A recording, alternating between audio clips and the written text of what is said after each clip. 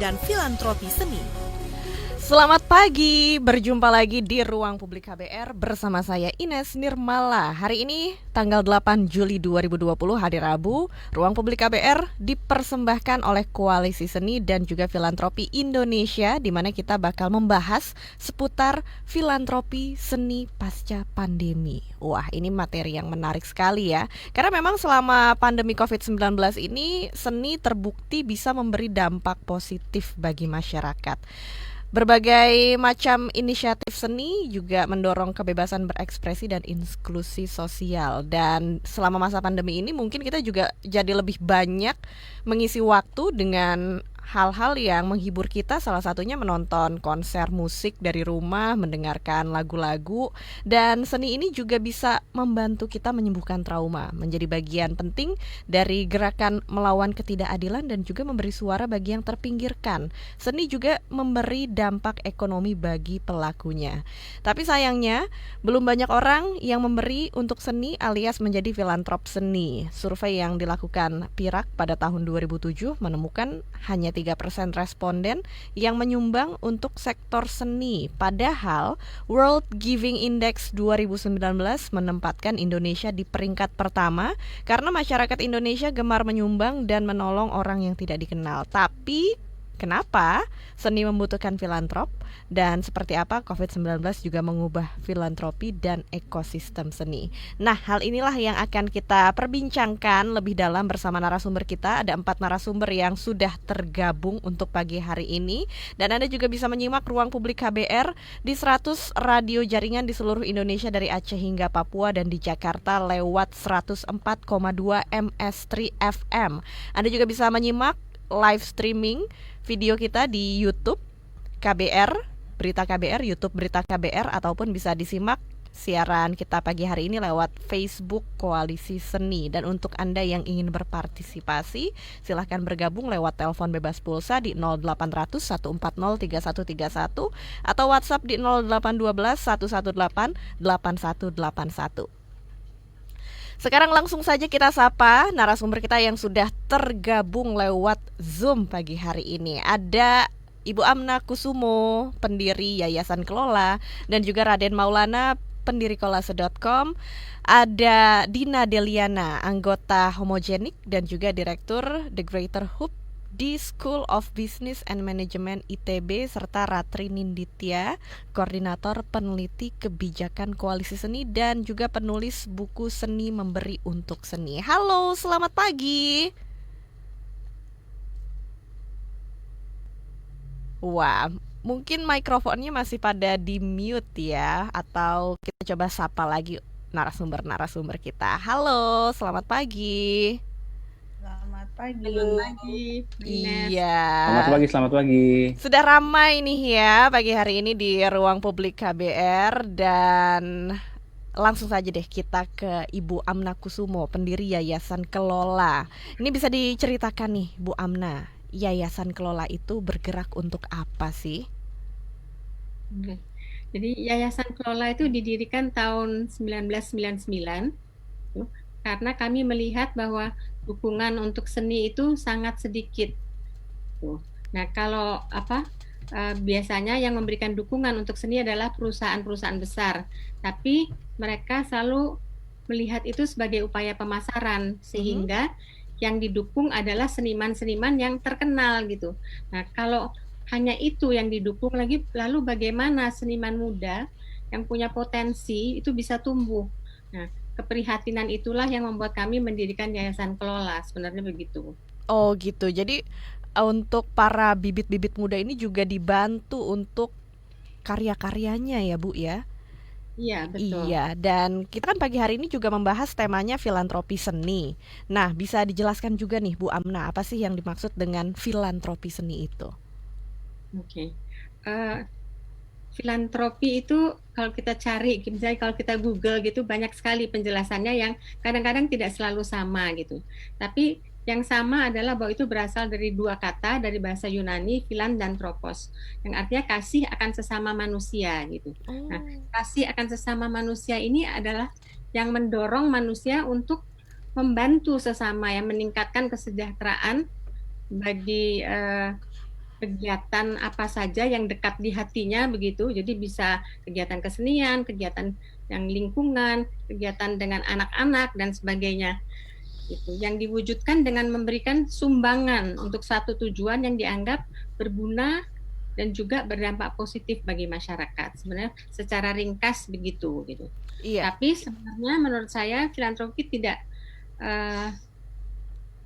untuk pembicaraan hari ini saya ingin fokus pada sumbangan dana gitu. Mhm. Karena sumbangan dana ini yang di Indonesia masih sangat lemah gitu. Mhm. Padahal dana itu sangat diperlukan juga ya untuk para seniman ini untuk menghasilkan karya-karyanya ya, Bu ya. Saya kira iya betul itu, tapi bukan cuma untuk seniman, pegiat-pegiat lingkungan itu kan juga tidak bisa bergerak tanpa dana gitu. Kan Mhm. betul kan?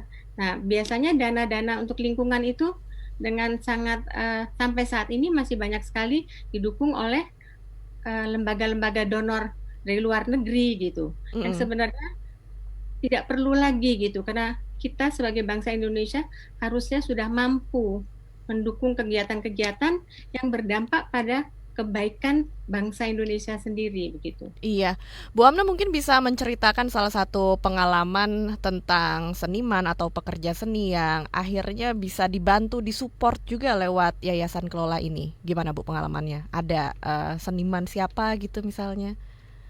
Banyak sekali sih Mm-mm. kalau mau menyebut, sebenarnya Mm-mm. banyak sekali ya, tapi Mhm. kalau kita mau menyebut beberapa nama yang misalnya dari tidak dikenal menjadi dikenal gitu Mhm. ya.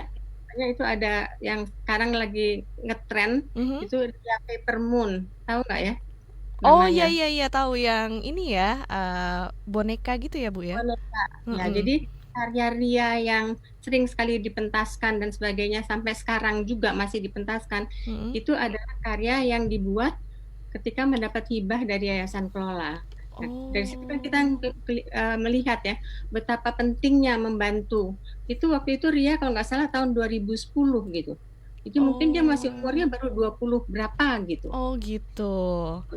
Nah, kalau Oke. kita datang ke perusahaan besar Mm-mm. mungkin ya Dicuekin aja gitu ya Bu ya? Heeh. Tapi ini lewat bantuan Yayasan Kelola jadi bisa mendorong dalam berkarya. Oke, baik sekarang kita ke narasumber yang lain, Mbak Ratri Ninditya yang juga merupakan penulis buku Seni Memberi untuk Seni dan juga koordinator peneliti kebijakan Koalisi Seni. Mbak Ratri, selamat pagi. Halo, pagi. Iya nih.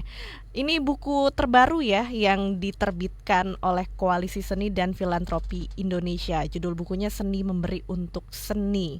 Seperti apa nih potret ekosistem seni dan filantropi seni di Indonesia saat ini kalau dari kacamata Mbak Ratri?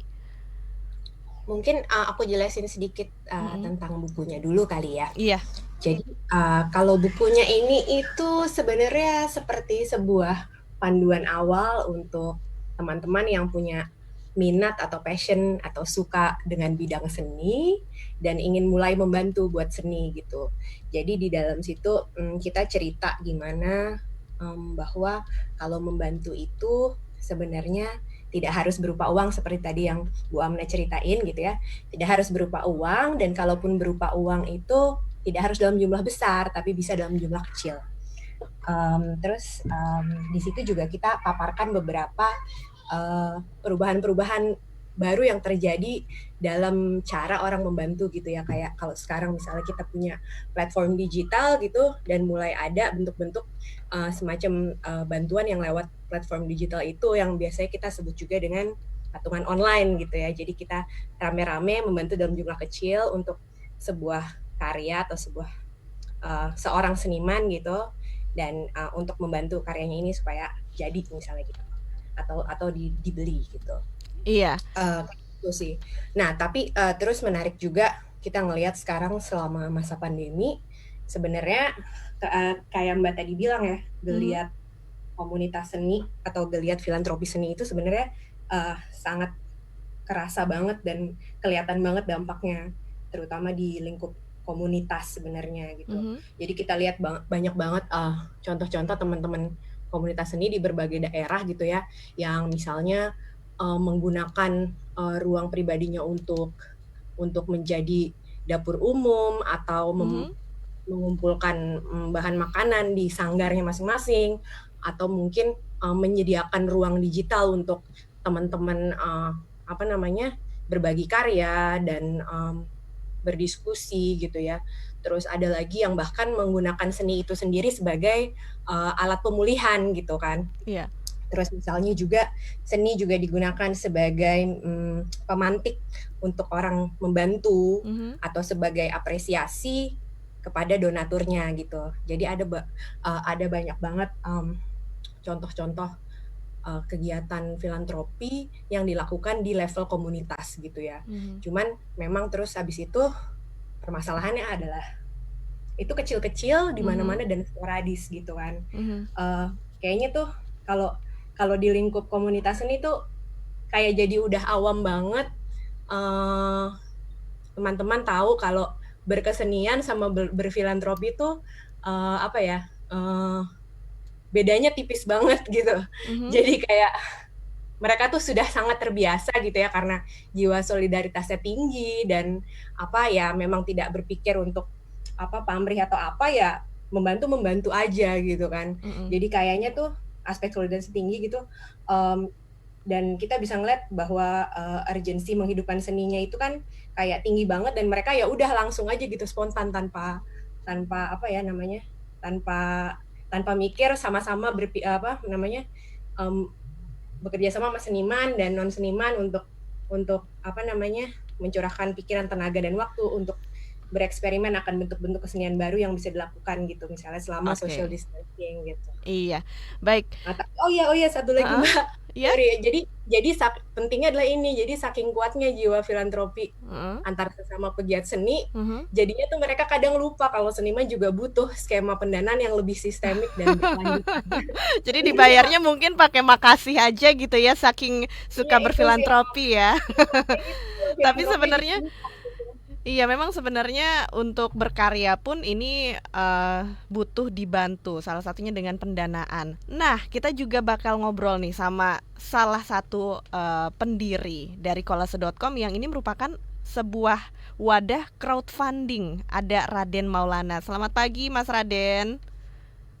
Halo, selamat pagi. Iya, sudah standby nih pagi hari ini ngobrolin seputar kolase.com sendiri. Ini adalah sebuah situs untuk penggalangan dana ya Mas ya. Apa nih yang melatar belakangi Mas Raden membentuk kolase.com? Sebenarnya latar belakangnya yang jelas, kalau ada dua pribadi saya sendiri, satunya lagi dari sisi lihat bahwa Indonesia kan punya banyak potensi sebenarnya. Dari jumlah penduduk yang besar, bahkan sampai hasil dari suku dan seninya juga banyak banget di Indonesia. Tapi memang masih belum dikelola atau tata kelolanya belum baik lah. Dan di sisi lain, latar belakangi dari sisi saya sendiri sebenarnya juga, saya dulu juga musisi gitu, jadi saya tahu masalah dan potensi yang besar tuh apa di Indonesia gitu.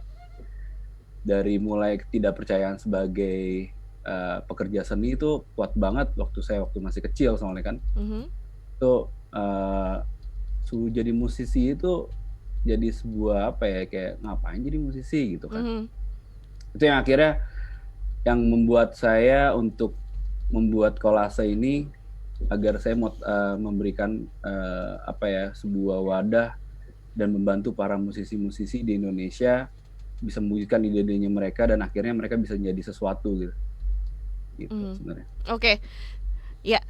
Dan pagi hari ini kita juga sudah terhubung di Zoom dengan salah satu anggota dari band Homogenik, yaitu Dina Deliana. Mbak Dina, apa kabarnya nih? Baik Mbak. Iya, dan Homogenik ini juga salah satu band yang pernah menggunakan sarana crowdfunding ini untuk menghasilkan karya ya Mbak ya?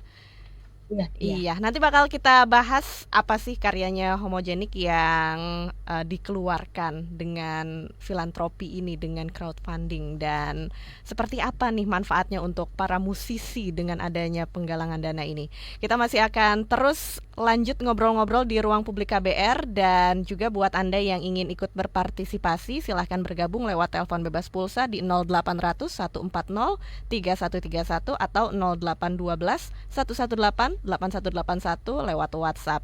Untuk pendengar yang ikut bergabung berpartisipasi di ruang publik kali ini juga bisa mendapatkan buku dengan format cetak dari Koalisi Seni, buku yang berjudul Seni Memberi Untuk Seni. Nanti akan kita pilih 3 orang yang berpartisipasi. Dan kita juga akan kembali setelah jeda yang berikut ini. Masih Anda dengarkan Ruang Publik KBR, visi seni dan filantropi seni. Shin, tahu nggak bedanya oksigen sama kamu? Kalau oksigen bikin aku hidup, kalau kamu bikin aku semangat hidup. Tahu nggak apa lagi yang bikin aku semangat? Apa? Kalau kamu semangat lari-larian di hati aku. Gombal, buat aku sih semangat itu saat mengabdi untuk negeri terus ikutan Satu Indonesia Awards. Satu Indonesia Awards ke-11 tahun 2020 adalah penghargaan dari Astra untuk generasi muda yang memberi manfaat bagi masyarakat di seluruh penjuru tanah air. Dalam bidang kesehatan, pendidikan, lingkungan, kewirausahaan, dan teknologi. Serta satu kategori kelompok yang mewakili 5 bidang tersebut. Setiap penerima apresiasi tingkat nasional akan mendapatkan dana kegiatan sebesar 60 juta rupiah dan pembinaan kegiatan. Informasi lengkapnya di www.1-indonesia.com. Pendaftaran dibuka hingga 2 Agustus 2020. Wah, ikutan ah! Yuk. Satu Indonesia Awards dipersembahkan oleh Astra. Setiap hari harus nemenin anak ngerjain tugas sekolah. Sampai nangis minta balik ke sekolah karena kangen. Aduh, nasib jadi freelancer. Udah 2 bulan gak ada job. Mana duit tabungan udah kepake lagi. Podcast Live in the Time of Corona membantu kita menavigasi hidup dengan kehadiran COVID-19. Dengarkan di kbrprime.id, Spotify, Google Podcast, dan platform mendengarkan podcast lainnya. KBR Prime, podcast for curious mind.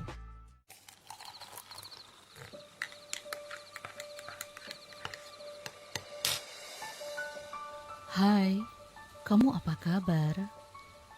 Masih suka menikmati senja dan kopi? Aku masih ingat kebiasaan kita. Sehabis pulang kerja, selalu mencari tempat untuk sekedar ngobrol dan ngopi. Tapi kadang kita kehabisan bahan obrolan. Aku masih melakukan hal yang sama sampai sekarang, tanpa harus takut habis bahan buat ngobrol. Karena aku selalu mendengarkan KBR sore, dari Senin sampai Jumat jam 4 sore. Aku rindu. KBR, inspiratif, terpercaya.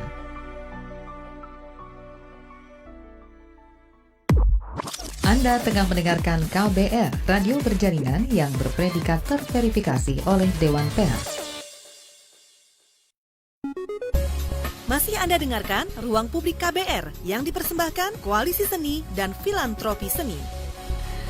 Kita masih membahas tema kita pagi hari ini, filantropi seni, dan juga siaran Ruang Publik KBR bersama saya Ines Nirmala, dan juga narasumber yang tergabung lewat Zoom pagi hari ini ada Ibu Amna Kusumo, pendiri Yayasan Kelola, kemudian Raden Maulana, pendiri kolase.com, Dina Deliana, anggota band Homogenik, dan Ratri Ninditya dari Koalisi Seni.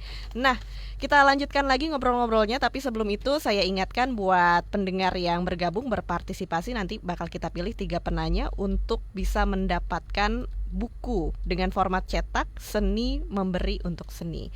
Dan untuk Anda yang ingin bergabung silahkan langsung saja WhatsApp di 0812 118 8181 dan juga lewat telepon bebas pulsa di 0800 140 3131.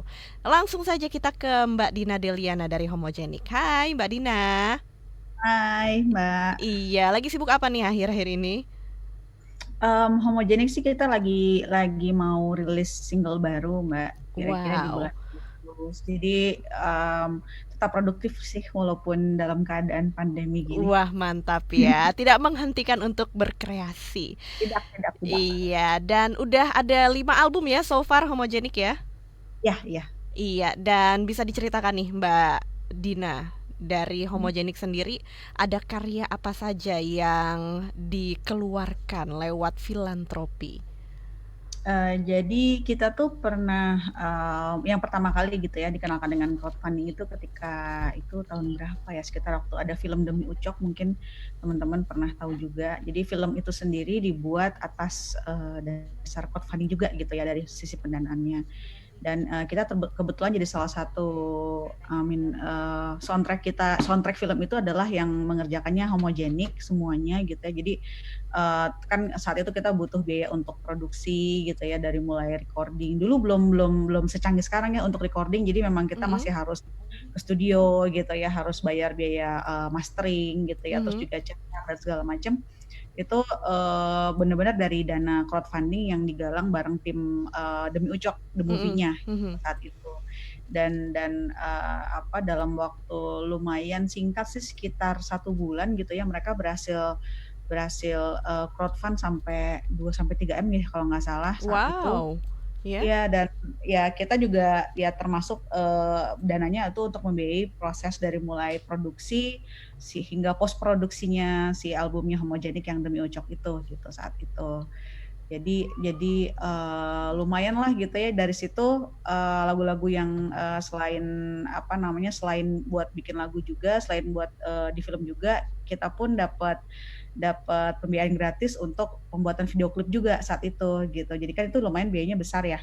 Dan itu pun dari dana crowdfunding juga gitu. Jadi itu pengalaman pertama kita untuk crowdfunding bareng-bareng sama tim Demi Ucok sih saat itu. Jadi kita juga untuk mencari dana dan mempromokan juga gitu. Iya, nanti bisa diceritakan ya pengalaman-pengalaman selanjutnya nih dalam filantropi seni ini. Tapi sebelumnya sekarang kita sapa dulu pendengar kita yang sudah bergabung lewat telepon. Ada Bapak Owi di Cirebon. Halo Pak Owi, selamat pagi. Halo, selamat pagi. Iya, langsung aja nih, apa yang ingin ditanggapi atau ditanyakan? Untuk di kota Cirebon sendiri, sepertinya belum seperti yang di kota besar lainnya. Sedangkan kalau di Cirebon sendiri banyak seni budaya, artis ataupun seniman ya, untuk menggiatkan kembali kondisi seperti ini. Mohon dong arahannya bagaimana kira-kira untuk menggiatkan kembali saat pandemi. Sedangkan seniman di Cirebon itu banyak banget, dan mereka bingung bagaimana kita harus melalui di mana dan bagaimana. Iya. Jangan tadi dengar ada yang gratis atau apa gimana, mendapatkan sesuatu, tolong minta dicerahkan. Iya. Oke, terima kasih Pak Owi di Cirebon. Ya, jadi ini pertanyaannya Pak Owi, bagaimana nih seniman-seniman di Cirebon yang jumlahnya banyak ini bisa digiatkan juga? Caranya gimana? Mungkin dari Bu Amna bisa memberi informasinya nih atau tips-tipsnya? Selamat pagi Pak Owi dari Cirebon. Senang sekali ada orang dari Cirebon yang pagi-pagi mendengarkan acara ini. Saya kira kita harus mulai dari daerah kita masing-masing ya. Saya yakin di Cirebon itu juga pasti ada orang-orang yang mau menyumbang untuk kegiatan kesenian di Cirebon. Tapi memang seperti dimanapun itu selalu butuh motor gitu. Lalu ada orang yang harus menggerakkan itu gitu. Nah, saat ini dengan kemajuan teknologi sebenarnya menggerakkannya itu lebih mudah ya. Kalau dulu zaman saya waktu baru mulai tahun 99 tuh kita benar-benar harus kesana kemari bertemu orang untuk menjual gagasan-gagasan yang mau kita lakukan. Kalau dengan teknologi sekarang itu kan bisa melalui platform crowdfunding dan sebagainya gitu. Nah, saya tuh sekarang percaya bahwa platform inilah yang akan menyelamatkan Indonesia gitu loh. Karena orang bisa menjadi filantropis tanpa menyumbang banyak-banyak gitu. Kalau kita dulu bilang filantropis tuh nama yang muncul adalah Soros, Open Society, Ford Foundation gitu. Tapi sekarang dengan platform crowdfunding ini, anak pemuda Indonesia lah yang akrab dengan teknologi yang bisa nanti menjadi motor untuk menggerakkan penggalangan dana di daerahnya masing-masing. Jadi saya kira Pak Owi harus ke sana, Pak. Oh gitu. Atau mungkin Mas Raden juga mau menambahkan nih bagaimana caranya untuk memberi pendanaan atau gimana caranya untuk menggiatkan kembali para seniman? Silakan Mas Raden Maulana dari kolase.com. Oh ya, oke, selamat pagi. Terima kasih Pak udah bisa bergabung pagi ini. Kalau saya setuju dengan tadi Bu Amna mengenai untuk melakukannya sekarang bisa menggunakan tools-nya adalah dari platform-platform atau digital gitu, karena digitalisasi itu bisa mempercepat semuanya gitu. Yang tadinya semuanya dengan apa namanya konvensional yang sulit untuk memberikan promosi dari sisi budaya-budaya atau seni yang di daerah masing-masing, sekarang dengan adanya digitalisasi lebih cepat, dan itu saya setuju dengan itu. Tapi yang paling penting sebenarnya bukan penggalang dananya sih sebenarnya. Dari awal pertama kalau saya dengar tadi, saya sebenarnya niatnya malah justru gimana caranya untuk masyarakat di Cirebon khususnya pegiat seni itu tuh juga lebih orang bisa tahu apa yang sebenarnya ada di dalam seni, apa yang ada di dalam itu dengan begitu kayanya gitu. Jadi orang kadang justru reasonnya itu yang harus perlu dikembangkan dari sisi apa yang mau dikembangkan dari sisi seni di masing-masing daerah. Karena banyaknya kita nggak ada yang tahu, misalnya kayak Cirebon nih lagi mau apa nih yang mau dikembangkan dan segala macam. Apalagi justru kalau ngeliat dari sisi seni kan, seni tuh luas banget ya. Apalagi kayak baik musisi pun juga luas banget. Jadi kadang kita juga ngeliatnya juga nggak begitu tertarik dengan apa yang sebenarnya yang mereka bisa dapetin dari hal yang mereka kasih dari sisi seni gitu. Jadi mungkin dari sisi ide, penggunaan teknologi, terus yang paling utamanya adalah mempromosikannya itu tuh sekarang menggunakan digitalisasi yang lebih tepatnya. Iya, digitalisasi ya, mengikuti perkembangan zaman juga ya. Dan selanjutnya sudah bergabung juga di line telepon ada pendengar kita yang berikutnya, Tri di Jakarta. Langsung saja kita sapa. Halo, selamat pagi. Ya, halo, selamat pagi. Iya, Ibu Tri, ada pertanyaan apa nih? Iya, terus terang saya kalau baru dengar ya soal platform kolase.com, dan saya kira ini satu hal yang sangat baik dan perlu didukung ya, platform penggalangan dana untuk khusus seni ini. Mungkin perlu dicari jalan, mungkin dengan bekerja sama dengan pihak-pihak misalnya pemerintahan, misalnya terutama yang mengurusi kebudayaan, agar makin besar begitu, seperti platform penggalangan dana yang sering digunakan oleh masyarakat. Nah, yang kedua, saya kira ke daerah memang kayaknya masih kurang banyak perhatian ya, terutama untuk kesenian-kesenian daerah, apalagi pasca pandemi ini yang mungkin bisa dibilang mati suri begitu. Nah, apakah saya ingin bertanya, apakah kolase.com ini juga menaruh concern untuk kesenian-kesenian di daerah, termasuk tadi seperti saya dengar penjelasannya Mas Raden itu membuat semacam digitalisasi seni di daerah supaya makin dikenal. Ketika masyarakat kenal, maka masyarakat mungkin lebih tersadarkan untuk mau membantu kesenian di daerah agar mampu bangkit dan bisa terus berkembang. Saya kira itu, terima kasih. Oke, terima kasih Bu Tri. Dan Mas Raden Maulana mungkin bisa menanggapi setelah ini karena kita akan jeda dulu sebentar. Dan untuk Anda yang ingin mendengarkan siaran pagi hari ini, siaran kita juga bisa disimak lewat YouTube Berita KBR dan juga Facebook Koalisi Seni. Dan ada 3 penanya yang nanti akan kita pilih untuk mendapatkan buku Seni Memberi untuk Seni dalam format cetak yang akan kita pilih ya. Dan kita akan kembali setelah jeda yang satu ini. Masih Anda dengarkan Ruang Publik KBR yang dipersembahkan Koalisi Seni dan Filantropi Seni. Live Report. Hari Selasa, 7 Juli 2020, DPR mengadakan pertemuan perdana antara Ketua Grup Kerjasama Parlemen Indonesia untuk Belarusia atau GKSB, Abdul Hakim Bafagih, dengan Duta Besar Belarusia untuk Indonesia, Valery Kolesnik, di lantai 6 Gedung Nusantara II DPR RI. Dalam pertemuan ini, Abdul Hakim Bafagih membahas beberapa poin, seperti penanganan pandemi COVID-19 di kedua negara, hingga peluang-peluang kerjasama yang bisa dijalankan ke depannya. Adapun poin-poin yang dibahas dalam pertemuan tersebut perihal kerjasama untuk mengembangkan sektor pariwisata, seperti pengurusan visa agar dipermudah untuk dapat menarik wisatawan Belarus ke Indonesia, dan juga menawarkan kerjasama untuk mengembangkan produk asal Belarusia agar bisa diproduksi di Indonesia.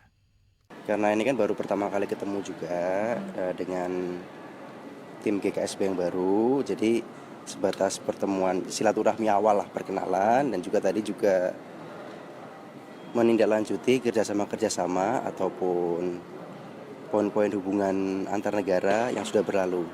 Ya sifatnya ya silaturahmi perkenalan aja sih Mbak. Kalau tadi saya menawarkan itu yang pertama pariwisata, karena jumlah wisatawan dari Belarus walaupun sudah naik 20% daripada tahun sebelumnya, saya rasa perlu ditingkatkan lagi karena kan kita kan punya aset wisata alam yang luar biasa. Kebetulan di komisi saya juga komisi pariwisata itu. Kemudian yang kedua saya juga menawarkan kalaupun bisa nanti pabrik-pabrik Belarus ini kan produsen ban industri ya, bukan kendaraan sehari-hari tapi kendaraan industri seperti kendaraan tambang ataupun kendaraan pertanian. Nah, bahan bakunya beberapa dari Indonesia, contohnya karet. Nah, saya menawarkan kira-kira bisa nggak perusahaan ini nggak usah jauh-jauh pabriknya di Belarus karena pasarnya juga di Asia, bikin aja pabrik di Indonesia. Jadi karetnya dari sini, nanti juga produksinya di sini. Kita juga bisa nanti serapan tenaga kerja gede, transfer teknologi di situ juga bisa terjalin dan juga semakin mempererat hubungan dua negara ini. Adapun harapan Abdul Hakim Bafagi selaku Ketua Grup Kerjasama Parlemen Indonesia, semoga kedepannya pasar Indonesia ke Belarus dapat lebih besar lagi dan bisa memperbaiki perekonomian Indonesia. Ia pun mengungkapkan bahwa setelah ini akan ada pertemuan-pertemuan selanjutnya yang akan membahas lebih dalam perihal kerjasama kedua negara. Itu akan ditindaklanjuti lebih dalam lagi dan karena kan pabrik bannya di sana ternyata BUMN. Jadi juga menawarkan kira-kira kalaupun nantinya ada pihak swasta di Indonesia yang tertarik, itu bisa dikolaborasikan seperti itu. Karena tadi seperti yang saya sampaikan di awal, ini kan pertemuan pertama, silaturahmi, perkenalan. Jadi kita hanya membahas luarnya saja. Dari Gedung DPR RI, Indra Saputra melaporkan untuk KBR. Live Report. Informasi ini dipersembahkan oleh TV Radio Parlemen, Biro Pemberitaan Parlemen, Sejen DPR RI. Anda tengah mendengarkan KBR, radio berjaringan yang berpredikat terverifikasi oleh Dewan Pers. Masih Anda dengarkan Ruang Publik KBR yang dipersembahkan Koalisi Seni dan Filantropi Seni. Ya, masih bersama saya Ines Nirmala dan juga keempat narasumber kita pagi hari ini membicarakan tema seputar filantropi seni. Siaran Ruang Publik KBR dipersembahkan oleh Koalisi Seni dan Filantropi Indonesia bersama Ibu Amna Kusumo dari Yayasan Kelola, Raden Maulana dari kolase.com, Dina Deliana, anggota band Homogenik, dan Ratri Ninditya dari Koalisi Seni dan juga penulis buku Seni Memberi untuk Seni. Nah, langsung saja nih Mas Raden, kita tanggapi pertanyaan yang tadi masuk lewat telepon dari pendengar kita seputar platform kolase ini yang mungkin perlu dicari jalan untuk kerjasama dan juga bagaimana nih untuk kesenian-kesenian di daerah. Silakan Mas Raden. Jadi saya lupa apa pertanyaannya, soalnya udah keburu iklan tadi apa? Iya, jadi ada yang masih inget gak? Jadi Ibu Tri ini bilang platform kolase.com ini dia bilang baik, ini perlu didukung, mungkin perlu cari jalan juga misalnya untuk kerjasama dengan pemerintahan atau lembaga yang lainnya agar bisa lebih besar gitu seperti platform crowdfunding yang lainnya, dan juga di daerah itu masih kurang perhatian untuk para senimannya. Apakah kolase ini juga menaruh perhatian dengan kesenian-kesenian di daerah? Oke, untuk harapannya sebenarnya juga kolase inginnya juga banyak bekerja sama dengan pihak-pihak yang lebih luas lagi ya, lebih ke pemerintah juga Kemenparekraf. Tapi memang kebetulan memang kolase kolase itu kan terbentuk masih 2018 Februari. Dan kita baru bootstrap itu setahun dari sampai akhirnya 2019 baru mulai kita mau sprint tadinya gitu. 2020 ini kita udah mau mulai menambah tim, tapi memang kondisinya ada perubahan pemilu kemarin, terus jadi Bekraf jadi Kemenparekraf, terus ditambah lagi 2020 kita udah mau mulai lari, ada pandemi COVID-19 gitu. Jadi memang masih banyak ininya, masih hambatan-hambatannya memang banyak. Tapi semoga dengan ada acara ini kita jadi ke mention ke beberapa baik itu korporasi ataupun pemerintah yang mau bekerja sama dengan Kolase. Iya. Saya sangat terbuka untuk itu. Iya. Dan di Kolase sendiri sebenarnya Kolase memang diperuntukkan untuk umum. Jadi nggak cuma di kota-kota besar ataupun di Jakarta, tapi justru memang seni dari seni daerah atau nggak cuma musik, tapi ke seni lainnya juga sangat dibuka untuk Kolase sendiri sebenarnya. Dan saat ini memang kita Kolase memang masih skupnya masih kecil, karena memang kita masih kalau lihat dari startup kita pendanaannya masih pendanaan awal, jadi memang kita masih butuh booster untuk sampai ke dari ujung Sumatera sampai ujung Pulau Irian gitu. Iya betul. Jadi masih banyak PR juga ya untuk masih PR juga gitu Kolase ini, dan butuh dari kita juga sesama penikmat musik ataupun pekerja musik, pekerja seni, semuanya juga bisa ikut nih untuk membantu di sini. Dan selanjutnya juga sudah ada pendengar kita yang lainnya sudah bergabung lewat line telepon. Ada Aurel di Banyuwangi. Halo, selamat pagi. Halo, selamat pagi Kak Ines. Iya, Aurel, silahkan nih langsung apa yang mau ditanggapi. Oke, jadi aku mau tanya khususnya dari Kak Dila ya, dari Homogenik. Iya. Dina, Mbak Dina Deliana dari Homogenik. Oke, aku mau tanya nih, gimana sih caranya supaya bisa produktif untuk dan berani untuk go public, dan kayak crowdfunding tadi untuk teman-teman dari mahasiswa, karena kan banyak dari kita yang punya kayak grup-grup musik ya, lebih kalau misalkan musisi kayak kurang nih, karena musisi kan kelihatannya lebih gede, kayak grup-grup musik itu yang ternyata punya talenta tersendiri, dan kita mau nih kayak go public itu, atau gimana cara kita bisa produktif untuk menghasilkan musik-musik baru gitu di tengah pandemi yang kayak gini tuh gimana ya? Iya, Aurel masih mahasiswa juga kah? Iya. Oh gitu, dan sekarang aktif buat grup musik gitu ya? Iya, ada gabung sama teman-teman gitu sih. Oke, kalau gitu langsung aja nih Mbak Dina Deliana dari Homogenik, mungkin bisa ngasih tahu caranya untuk produktif dan juga berani go public, gimana nih Mbak? Oh iya Aurel, tadi dari mana Aurel? Banyuwangi. Banyuwangi. Ya? Oh Banyuwangi. Banyuwangi tuh salah satu kota kreatif juga kan ya sebenarnya sekarang tuh. Jadi tips dari dulu waktu zaman saya kuliah kayak Aurel gitu, gimana cara biar produktif sebenarnya kan ada ya bilang bahwa seniman tuh ada mood-moodannya gitu ya. Tapi sesungguhnya kalau aku bilang tuh itu bisa di manage sebetulnya gitu. Jadi kayak mirip kayak kerja lah ya. Aurel mesti punya spare waktu aja gitu yang ditargetin kira-kira kapan sih kita harus bikin lagu, rilis lagu gitu ya. Jadi sebenarnya menjadi musisi kalau kita tarik lagi ya, itu sebenarnya kayak kita punya bisnis juga gitu ya. Jadi misalkan gini, kita punya target tahun ini kita harus rilis apa, harus rilis album kah, harus rilis single kah, atau mungkin mau rilis album tapi kita rilis dulu single per 4 bulan. Nah kan sekarang kan trennya nih kalau di musik nih cenderung gitu ya, kita kayak semacam bilangnya di period gitu ya. Jadi nggak langsung keluar satu album full, tapi kita ngeluarin single hingga nanti akhirnya di akhir di package jadi satu album gitu. Kenapa? Karena secara nature industrinya udah berubah banget. Sekarang udah digital ya, dan effort untuk kita bikin single sama bikin album tuh sebenarnya lebih simpel bikin single, tapi outcome yang dihasilkan ternyata sama aja. Jadi ternyata mendingan kita rilis single dulu sehingga kita kayak semacam raise attention orang gitu ya, sampai akhirnya ketika semua orang udah mulai sticky sama musik kita, baru akhirnya kita rilis album gitu. Nah ini sebenarnya Aurel harus memanage itu seperti itu gitu ya, bahwa oke, target kita apa nih tahun ini, misalkan bikin album gitu ya. Lalu kalau mau bikin album tuh mau berapa lagu, misalkan kita mau bikin 7 lagu, dan setahun itu harus kita pecah jadi berapa single tuh gitu. Nah dari kita biasanya kalau seniman tuh kalau punya target harusnya mereka lebih produktif.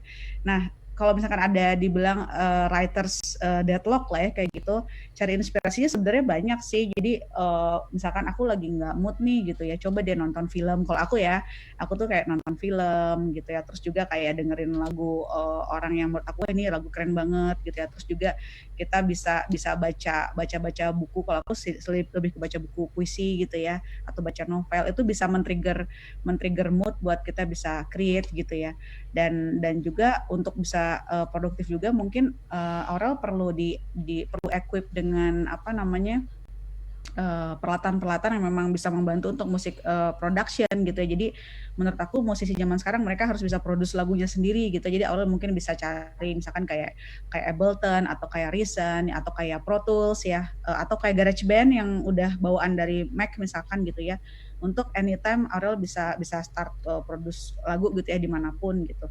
Jadi itu gitu ya kalau untuk masalah produktif. Jadi treat your band itu seperti bisnis ya, ada targetnya gitu. Nanti tim perlu ada tim juga. Jadi emang kalau musisi memang mereka enaknya fokusnya produce gitu ya, tapi tetap ada tim manajemen yang bisa ngingetin timeline loh. Jangan lupa ya lagu harus selesai kapan, terus artworknya gimana dan segala macam. Memang harus ada tim yang nge-backup si musisi tersebut gitu ya. Nah, kalau awal-awal belum ada tim profesional kayak gitu gimana Kak? Nah itu kalian bisa mumpung masih mahasiswa ya, bisa saling bantu aja sih menurut aku, ada anak desainnya dan segala macam. Nah terus kalau untuk yang gimana biar berani untuk untuk rilis karya, menurut aku dengan era seperti sekarang harusnya lebih mudah ya buat Aurel rilis, dan kayaknya sebagai ibarat kayak test market gitulah gitu. Misalkan kita ada lagu nih demo gitu ya, nah lagu demo ini bisa teman-teman rekam aja, dan sekarang pun teman-teman bisa langsung upload itu di TuneCore for free gitu ya, nggak free juga sih sebenarnya, cuman murah lah biayanya untuk bisa ada di Spotify dan di semua platform streaming gitu ya. Atau mungkin bisa kita record dulu, kita post di YouTube untuk lihat reaksinya.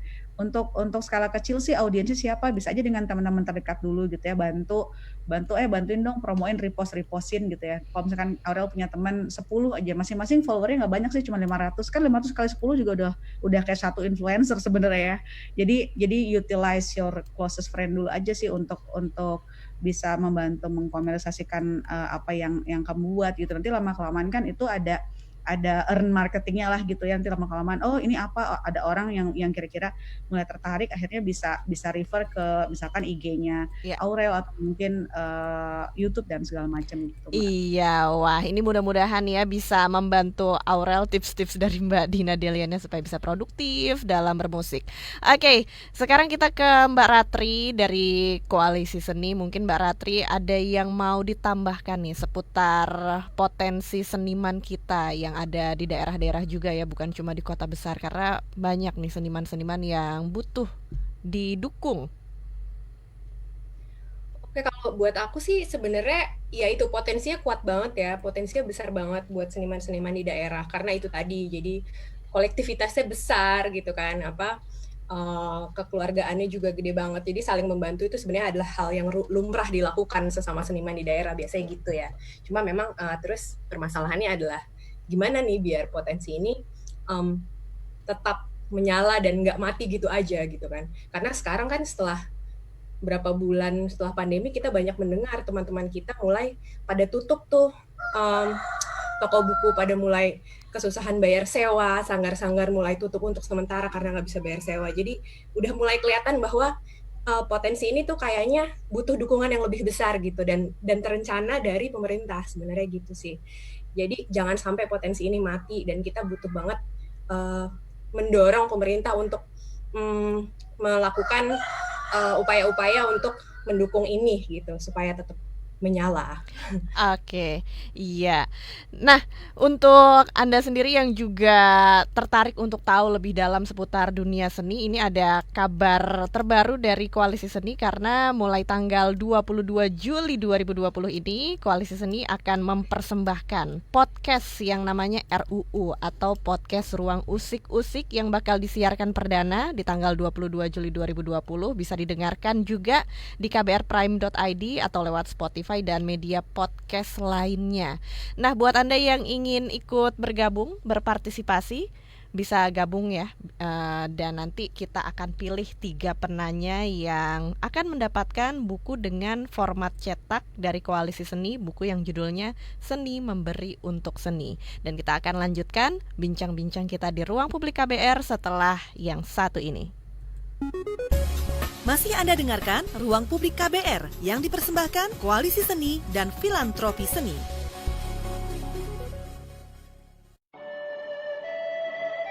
Sakura, kimono, Sushi, Harajuku, Tokyo.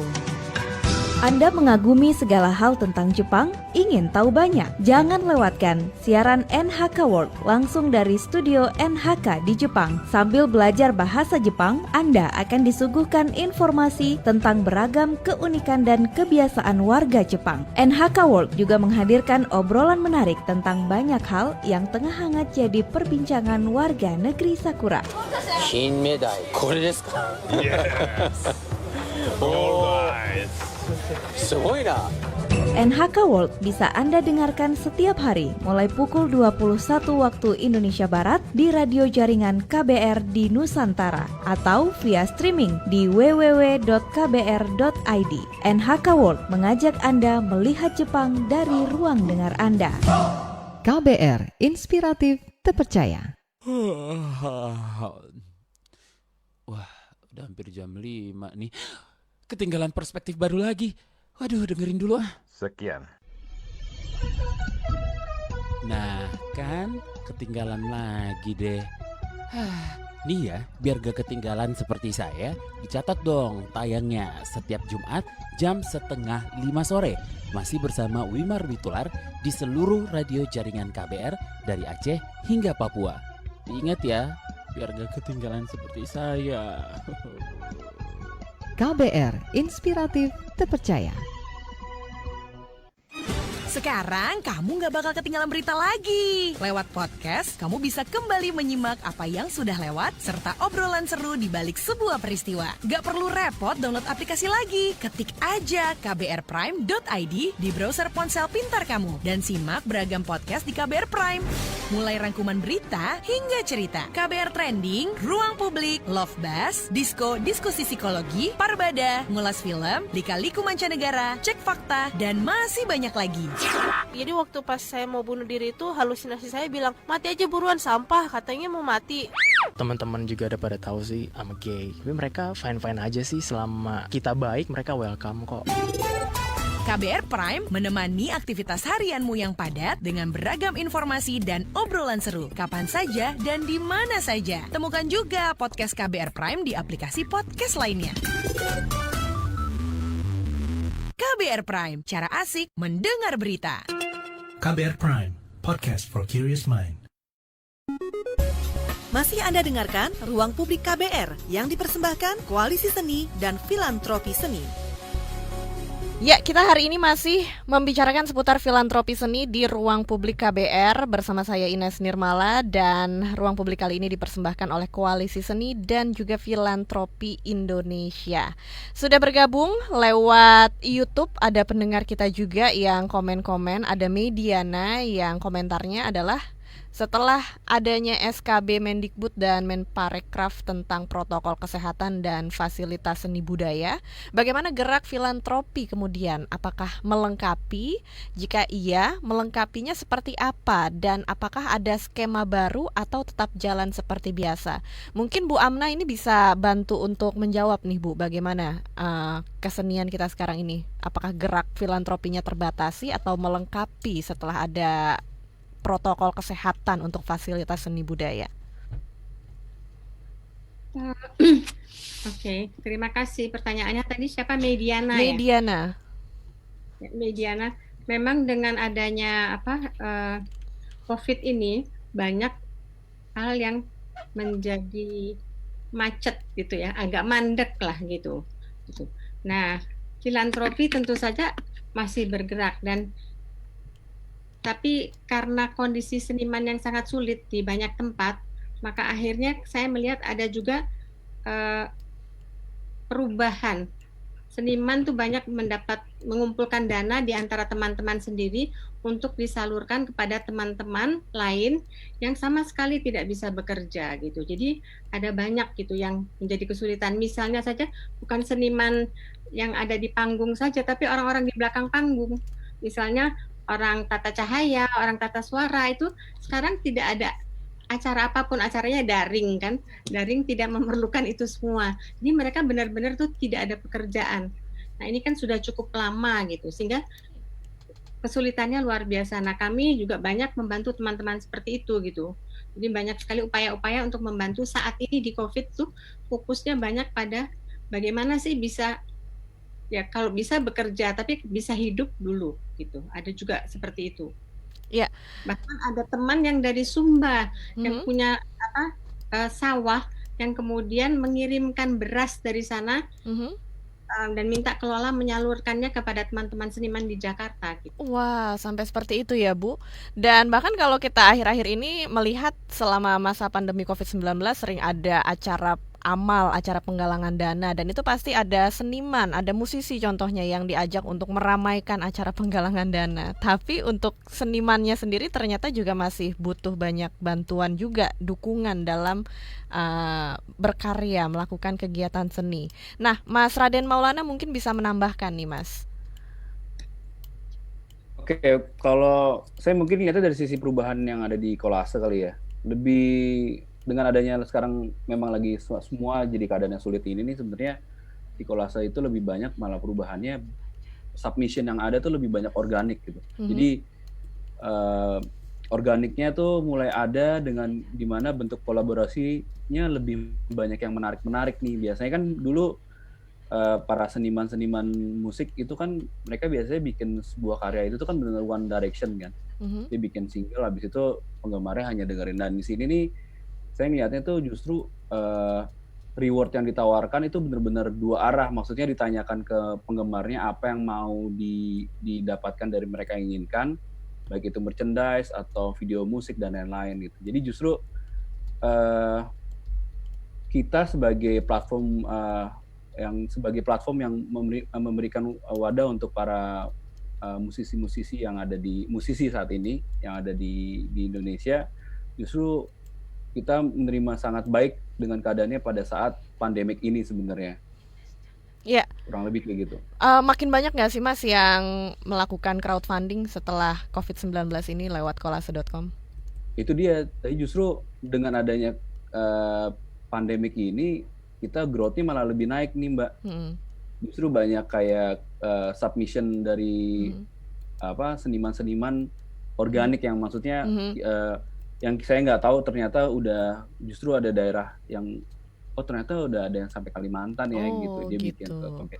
Tapi di sini nggak cuma sebatas dia bikin karya lagu dan lain-lain, nggak. Jadi ada yang mau bikin dari UMKM jadi daerah itu mau bikin acara yang mengajukan pariwisata, terus dia menawarkan rewardnya melalui UMKM yang sudah di filter yang kira-kira lebih komersil seperti apa, terus promosinya dibantu sama lokal hero musisi-musisi setempatnya sendiri gitu. Dia jadi semuanya berkolaborasi, dan menurut saya justru dengan adanya pandemik ini positifnya malah justru yang tadinya kita nggak pernah ngobrol-ngobrol satu sama lain, akhirnya dari semua ekosistem industri seni jadi lebih ngobrol gitu. Dan akhirnya bikin kolaborasi di kolase. Wah, ada sisi positifnya juga ternyata.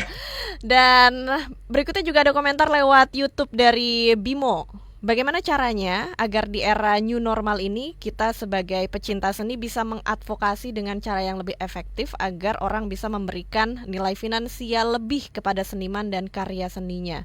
Nih Mbak Ratri dari Koalisi Seni mungkin bisa bantu nih untuk menjawab. Singkat aja Mbak Ratri, silahkan.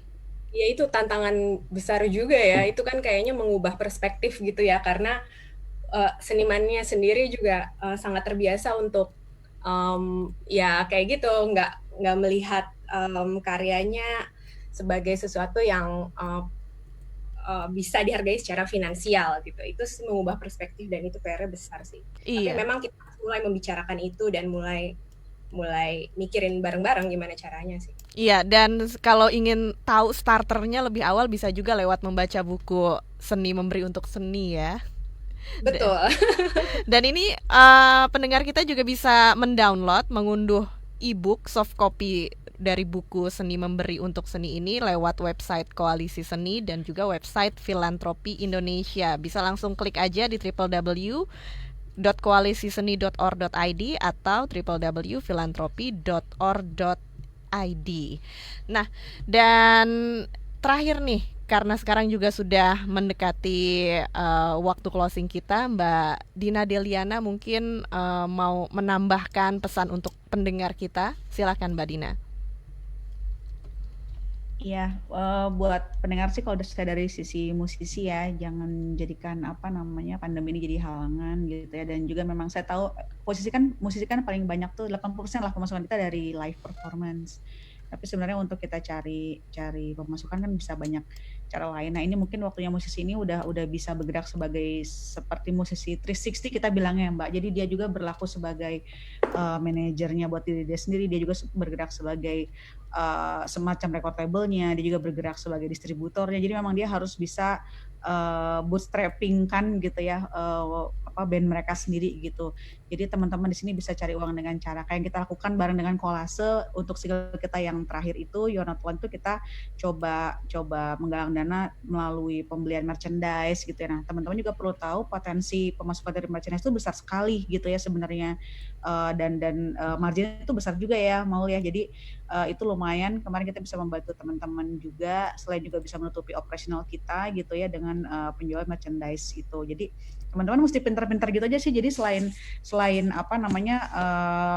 membuat karya gitu ya, teman-teman juga harus pintar untuk mulai mencari pundi-pundi pemasukan lainnya gitu ya. Jadi treat your band atau karya kalian sebagai sebuah bisnis gitu ya. Nah ini mungkin nggak banyak nih musisi yang sudah mulai berpikir bisnis. Kenapa? Karena mau gimana pun ini masuk ke dalam sebuah ekonomi kreatif ya. Bagaimanapun walaupun ini adalah suatu karya, kalau dia memang tidak bernilai ekonomi ya namanya juga berarti nggak ada orang yang menikmati gitu. Jadi teman-teman juga harus mulai mencari kira-kira dari mana ya bisa mendapatkan pemasukan gitu. Jadi itu merchandise itu bisa jadi salah satu cara buat teman-teman bisa mendapatkan pemasukan yang lumayan bisa menghidupi lah kayak gitu ya selama kita masih belum bisa melakukan live performance ini gitu. Betul. Nah lanjut ke Bu Amna nih. Mungkin Bu Amna ada yang mau ditambahkan seputar filantropi ini dalam hal seni.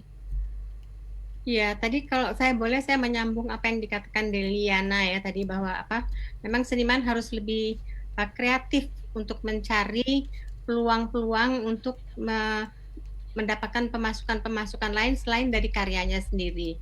Nah, ini tidak mudah karena memang fokus seniman itu biasanya ada pada karya, jadi pada karya kreatifnya. Nah, yang lain itu di Indonesia ini kita masih agak timpang di situ. Harusnya ada manajer-manajer seni yang bekerja gitu.